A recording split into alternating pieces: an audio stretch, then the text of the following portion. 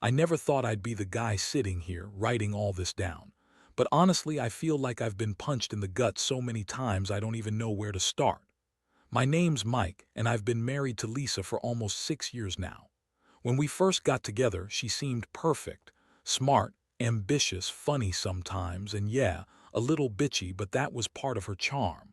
Or so I thought. We met in college, both of us chasing the American dream. She wanted to be a lawyer, I was working my way up in finance. Things moved fast. We had this idea that we'd be the perfect power couple. But lately, I'd been noticing little things.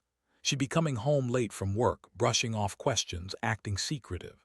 I'd catch her on her phone more often, texting someone with this weird smirk on her face. I told myself she was just busy, just stressed, but deep down, I felt it was more than that. The first real sign that something was off came about 2 months ago. She started canceling plans last minute, claiming she had to stay late at the office, even though there was no reason for it. Her phone started ringing more at weird hours, and I swear I saw the sex apps pop up on her browser history, stuff she'd never admit to, of course. I wasn't naive, but I was trying to ignore it. I kept telling myself it was just work stress, that maybe she was having a rough patch. But the gut feeling wouldn't go away. Then there was the incident that made me finally snap. I was supposed to be out of town on a business trip, but I decided to check her phone. I know, I wasn't proud of snooping, but I had this gut and I couldn't shake it. So I grabbed her phone while she was in the shower, and there it was, a string of texts between her and some guy named David. They were talking about meeting up, about secrets, and of course about sex. The messages weren't just flirty, they were intimate, like they'd crossed a line. She called him babe a few times. That was the moment I felt the world tilt under my feet. I knew then that my wife was not who I thought she was. The worst part was that I felt this strange mixture of anger and sadness. I couldn't believe she'd do this, not just to me, but to everything we'd built. She always played the victim, told me I was paranoid, that I overreacted. She'd lie so effortlessly, spin these stories about how busy she was, how I didn't trust her. But I could see through her now. She was cheating on me, with her court-appointed cultural advisor, no less.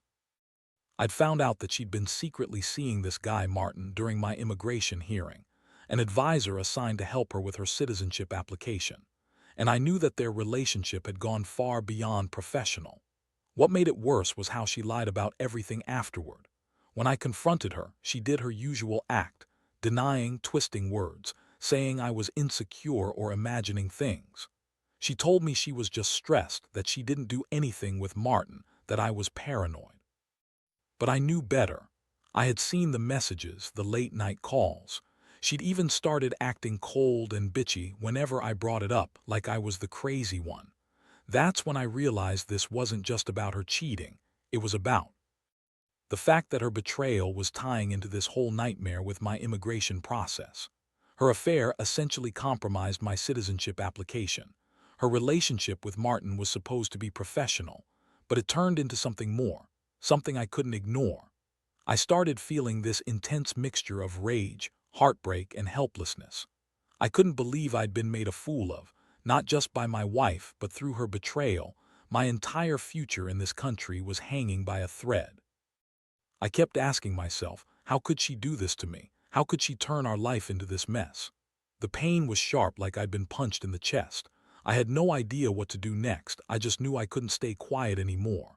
I had to come up with a plan. After I found out about her affair with Martin, I couldn't sleep. My mind kept racing, replaying everything I'd seen, her texts, her sneaky calls, the way she'd lied to my face about it. I felt like I'd been punched again and again.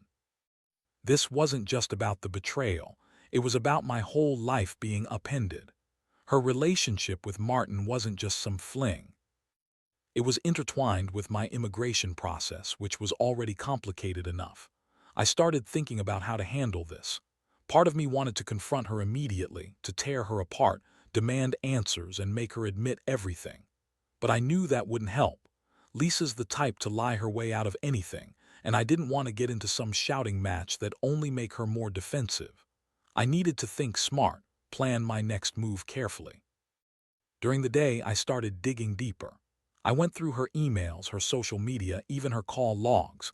I found more evidence, screenshots of their messages, some private photos she'd sent him. The more I looked, the more I realized how far gone she was.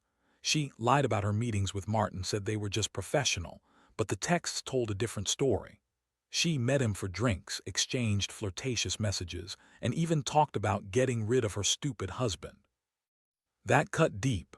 The betrayal wasn't just a fling, it was a calculated effort to have her cake and eat it too, all while I was fighting to secure my future here. I also found out she'd been seeing Martin during my immigration hearing, which was the worst part. She had used her relationship with him as leverage, maybe even as a way to manipulate the process. The lawyer she was working with didn't suspect anything, but I knew. I knew that her relationship with him could blow up my entire citizenship application, and that realization made me sick. It was as if my own wife was actively sabotaging my future, and she didn't care. At that point, I knew I had to do something.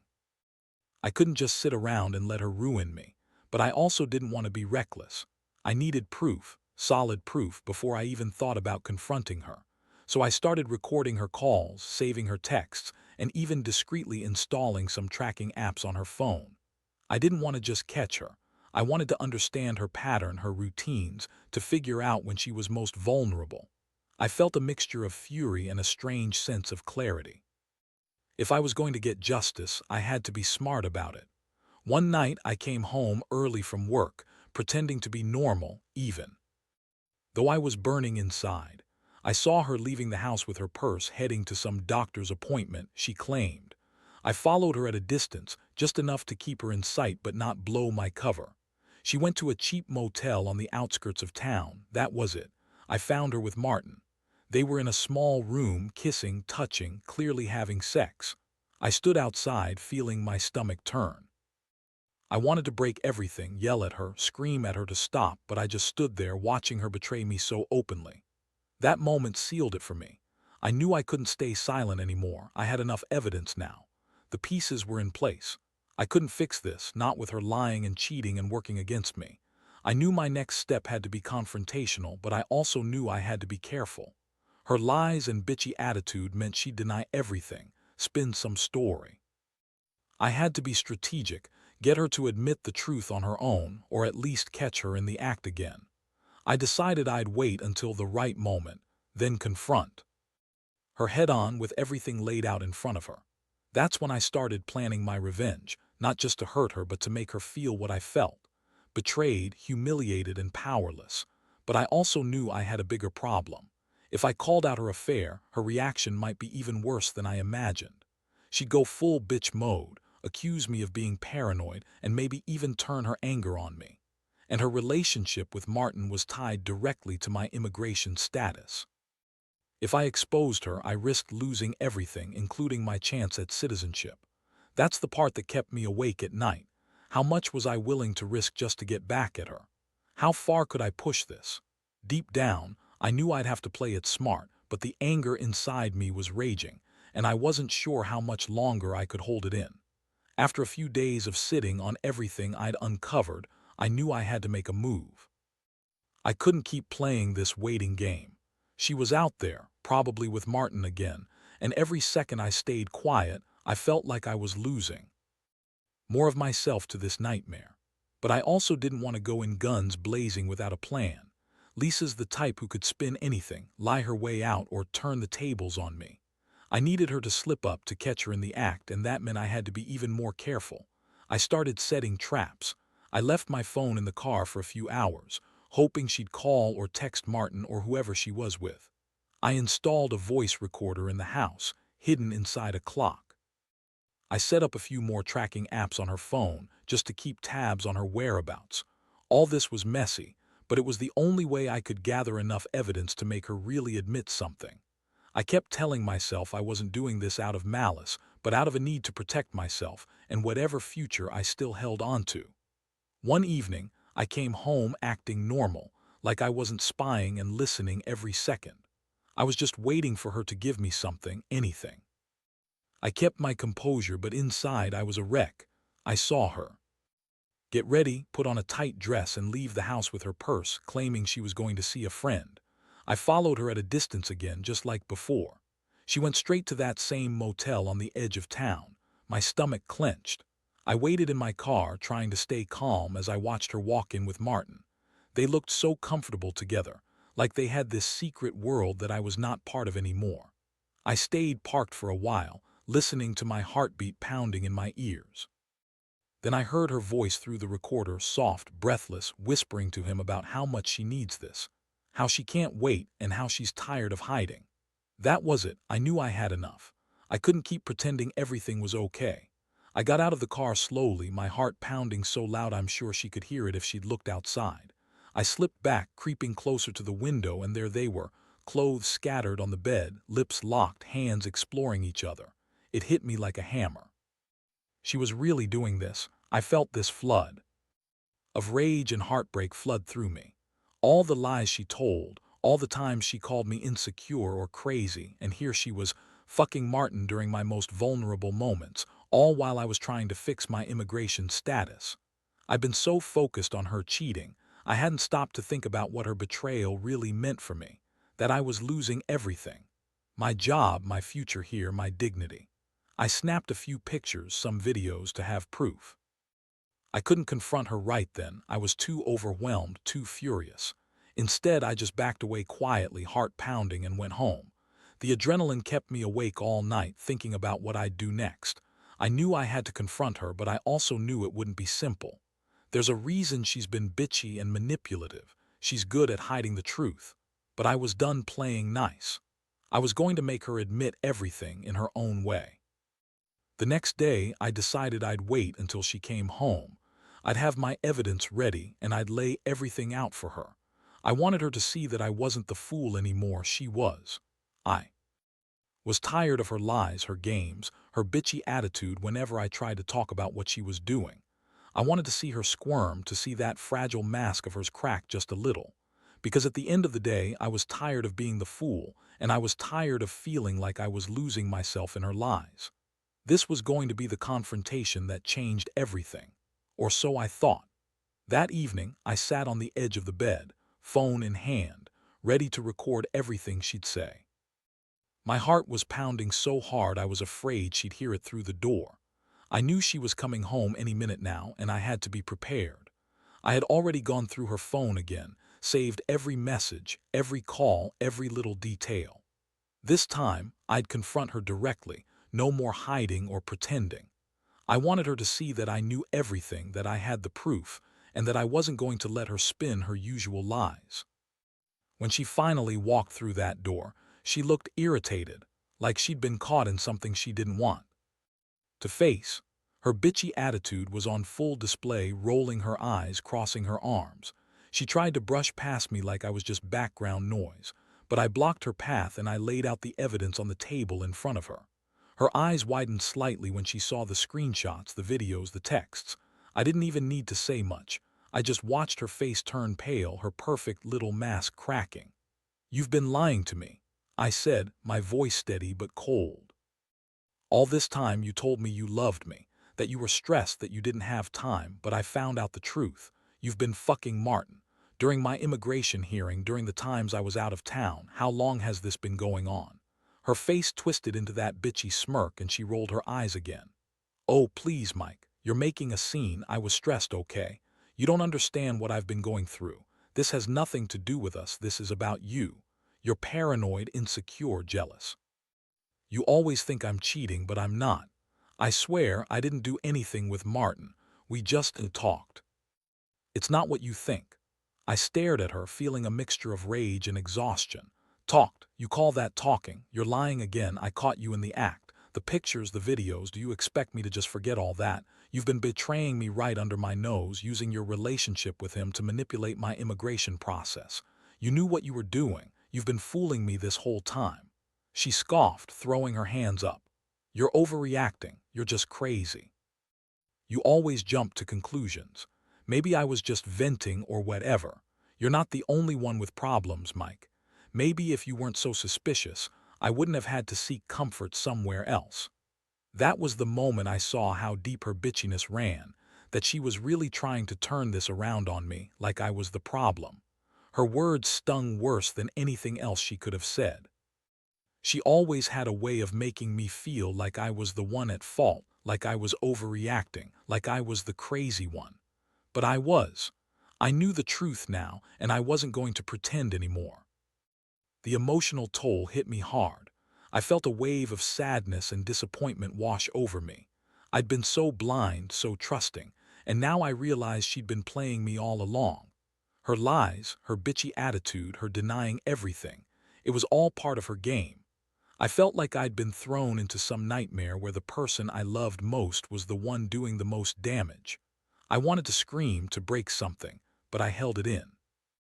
I knew I had to stay composed, even if every fiber of my being was crying out for revenge.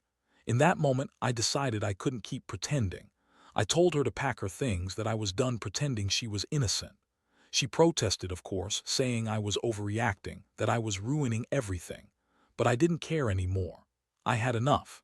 I looked her dead in the eyes and told her that I was going to do everything I could to fix my life, without her if necessary. Her reaction was classic: more lies, more bitchy retorts, trying to manipulate her way out of it. But I had reached my limit. I left her standing there, furious and defiant, as I walked out of the house for the first time in years with a clear mind. I wasn't sure what the future held, but I knew one thing: my trust was shattered, and I'd never see her the same way again. I felt hollow, angry, betrayed, but also somewhat relieved that I finally knew the truth. And from that moment on, everything changed. The days that followed were a blur of cold reality and stormy emotions. I stayed away from her, not just physically but mentally. I couldn't look at her the same way anymore. Every time I thought about her lying, sneaking around with Martin, I felt this ache, like my heart had been torn in two. I knew I had to make some decisions, but honestly, I felt so lost I didn't know where to start. What hit me the hardest was how her betrayal was intertwined with my immigration situation. I'd spent years fighting for my citizenship, dreaming of finally feeling like I belonged here. And now her affair, her lies, her manipulations, those had all risked destroying that. I kept asking myself if I should just cut her out completely, or if I should try to salvage whatever was left of the marriage. But deep down, I knew she'd never be the same. She lied to me for so long, betrayed me so profoundly, that trust was gone. I decided I needed to talk to a lawyer. I wanted to understand what my options were, if I could still salvage my citizenship or if her actions had already disqualified me. Sitting in that lawyer's office, I felt like I was in some twisted nightmare. The lawyer looked at all my evidence, screenshots, recordings, everything I'd gathered, and she told me that her affair, especially happening during my immigration hearing, could seriously jeopardize my application. She said I had grounds to challenge her, to report her if I wanted to go that route, but it would be messy and could backfire on me, especially because her relationship with Martin was protected by some legal confidentiality from her work as a cultural advisor. That was a brutal blow. It made me realize how deep her betrayal ran. It wasn't just about some affair. It was about how she used my vulnerability against me, how she deliberately put my future at risk. I felt like I'd been played, like I was some pawn in her game. I left that office feeling more lost than ever, questioning whether I should fight for the marriage or just cut my losses and start over. In the end, I decided I'd focus on my own future first. I had to make sure I could get my citizenship, no matter what. I started working on the paperwork, reached out to immigration specialists, and tried to rebuild some sense of normalcy.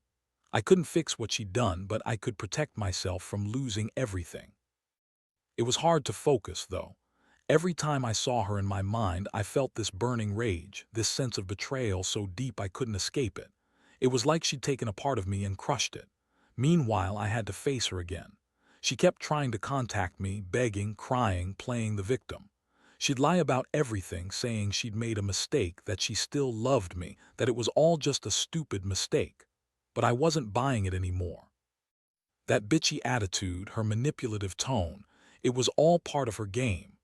I stayed firm, telling her I didn't want to hear her lies, that I needed space to think. I also realized that I couldn't let her keep controlling my life with her bitchy attitude and lies. I had to stand up for myself, even if it meant breaking away completely. The emotional toll was overwhelming. One moment I wanted to punch her, the next I just wanted to break down and cry. But I knew I had to be strong for myself, for my future. The biggest lesson I learned from all this is how betrayal can change someone forever. Trust is fragile, and once it's broken, it's almost impossible to mend. But I also learned that sometimes the only way forward is to cut your losses, protect yourself, and rebuild everything from scratch. I don't know what the future holds now, but I do know I'm not going to let her destroy me anymore. If anything, this whole nightmare has taught me that even in the darkest moments, I can find the strength to move on, even if it's just one step at a time. Looking back, I realize how much this whole situation has changed me. I used to think love was about trust, about building a future together no matter what. But now, see that sometimes people are just not who they pretend to be. Lisa played her part perfectly, acting the loving wife, the victim, the innocent victim of stress and work. But underneath it all, she was manipulative, selfish, and willing to betray everything we had for her own selfish desires. I've learned that betrayal cuts deep, but it also forces you to confront who you really are. For a while, I felt broken, like I'd lost my identity, my sense of self. But in the end, I realized that I still have my dignity, my values. I refuse to let her define me by her lies or her bitchy attitude. I've become stronger because of this, even if that strength came from the depths of heartbreak. Now, I'm focusing on rebuilding my life. I've thrown myself into work, into fixing my immigration status, into figuring out what I want from the future. I've learned to trust again very slowly, and I know that not everyone is like Lisa. It's hard, though. Trusting after being burned so badly is like trying to rebuild a house on unstable ground. But I'm determined not to let her betrayal destroy me completely. If there's one thing I want to say to anyone reading this, it's this: don't ignore the signs.